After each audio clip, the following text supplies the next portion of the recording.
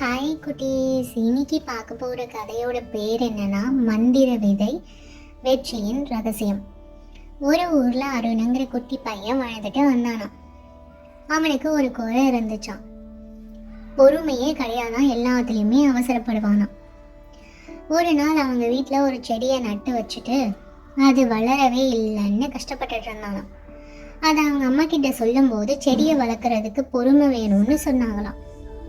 அன்னைக்கு மாலையிலேயே ஒரு தாத்தா ஒரு மந்திர விதைன்னு கொண்டு வந்து கொடுத்தாராம்.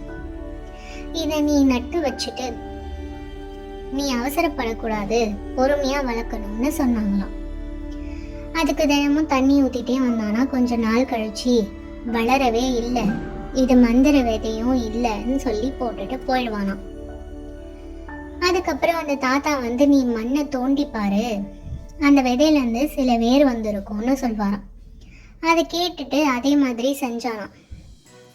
தோண்டி பார்க்கும்போது வேரெல்லாம் வந்திருந்துச்சான். அப்போ தாத்தா சொன்னாராம், வெற்றியும் இது போல தான், ஆரம்பிக்கும் போது வெளியே தெரியாது, அதை நீ வெற்றி அடைஞ்ச பிறகு தான் வெளியே தெரியும் அப்படின்னு சொல்லுவாராம். அதுக்கு அடுத்த நாள்ல இருந்து தண்ணி ஊற்றி வளர்க்க ஆரம்பிப்பானாம். கொஞ்ச நாள் கழிச்சு அது வளர்ந்து வந்ததாம். அருண் அவங்க அம்மா கிட்ட போயிட்டு சொன்னானாம், அம்மா செடி வளர்ந்துருச்சுன்னு சொன்னானாம். அவங்க அம்மாவும் சொன்னாங்களாம், நீ பொறுமையாக இருந்ததுக்கு கிடைச்ச பரிசுன்னு.